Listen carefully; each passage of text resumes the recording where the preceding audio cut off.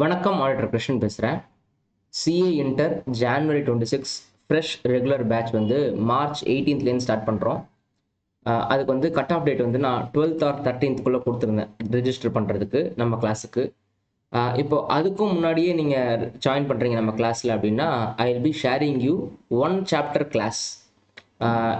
அதை வந்து நீங்கள் அந்த லைவ் ஜூம் கிளாஸ் ஆரம்பிக்கிறதுக்கு முன்னாடி வரைக்கும் பார்த்துட்டுருங்க. மோஸ்ட்லி அதை பார்த்து முடிச்சிருவீங்க. இந்த டைம் வேஸ்ட் பண்ண தேவையில்லை அப்படின்றதுக்காக அதை நம்ம கொடுத்துட்றது. ஸோ ஏன்னா கம்ஃபர்டபுளாக ஃபீல் பண்ணலாம். எப்பவுமே ப்ரெஷரே இல்லாத படிக்கும்போது ரொம்ப கம்ஃபர்டபுளாக ஃபீல் பண்ணலாம். ஸ்டார்டிங் வந்து நம்ம ஒரே ஒரு சப்ஜெக்ட் தான் கிளாஸ் ஆரம்பிக்க போகிறோம். ஃபஸ்ட்டு ஸ்டார்ட் பண்ணும்போது ஒரு சப்ஜெக்டில் தான் கிளாஸ் ஆரம்பிக்க போகிறோம். கொஞ்சம் கம்ஃபர்டபுள் ஆனதுக்கப்புறம் அட் அ டயத்தில் you will be having 2 classes.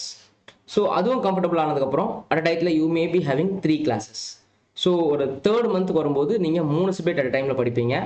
First மந்தில் வந்து you will be studying only 1 subjects per month. We have full confidence that நம்ம வந்து கிளாஸஸ் எல்லாமே எக்ஸாமுக்கு 2 months முன்னாடி முடிச்சிடலாம் அப்படின்ற மாதிரி ஃபுல் கான்ஃபிடன்ஸ் இருக்குது. ஸோ இது பிளான் பர்ஃபெக்டாக செட் ஆகணும். நிறைய தடவை 100 marks டெஸ்ட் எழுதணும், ரிவிஷன் டெஸ்ட் எழுதணும்.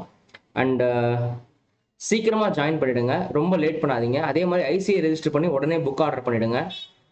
ஐசிஐ ரெஜிஸ்ட்ரேஷன் லேட் ஆச்சுன்னா புக் ஆர்டர் பண்ணால் அது சம்டைம்ஸ் ஸ்டாக் அவுட் ஆயிடுச்சுன்னா அது வேறு தலைவலியாக போயிடும். ஸோ எல்லாமே கொஞ்சம் ஃபாஸ்ட்டாக பண்ண ட்ரை பண்ணுங்கள். அண்ட் இன்ஸ்டால்மெண்ட் பற்றி எல்லாமே நான் ஆல்ரெடி யாரெல்லாம் என்கிட்ட டெமோ கிளாஸ் கேட்டிங்களோ, யாரெல்லாம் இன்ட்ரெஸ்ட் தெரிவிச்சிங்களோ அவங்களுக்கு எல்லாமே fees, instalment details, class details, college போகிற பசங்களுக்கு recorded or live with recorded option அது எல்லாமே நான் கொடுத்துருக்கேன். So start acting fast. Bye. All the best.